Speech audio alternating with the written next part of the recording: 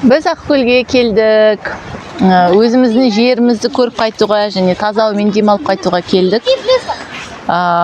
Балалар енді ауыры бастады, жөтеліп, сол мына таза ауамен өзі мынау ағаштар бөлетін өзінің фитонцидтары бар ғой.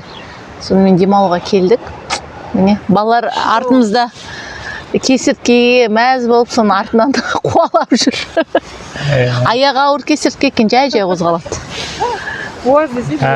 Дәл қазір біз Астананың қасындағы Ақкөл деген ауылдамыз. Опана. 100 километр жерде орналасқан. Менің ойымша бұл ауыл емес, қала ғой жалпы. Қаланың туристік потенциалы бар қала.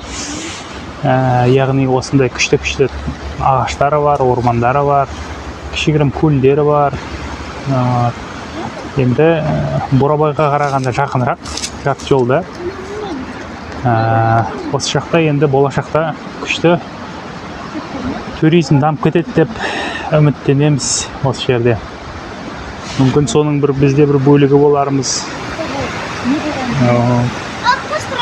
Келіп көріңіздер Ақкөлге. Ұнап жатса, болашақта кім біледі, көрші болармыз. Өткен осы жақтан жер алдық. Жерімізді көріп, қалай саламыз деп, үйіміз қандай болу керек деген сияқты ой толғауларды жүргізіп кетеміз әр келген сайын.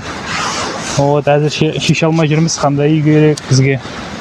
Әйтеуір қандай забор керек екенін көрдік. Басқа көршілерден.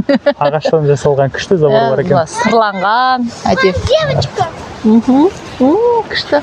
Солай.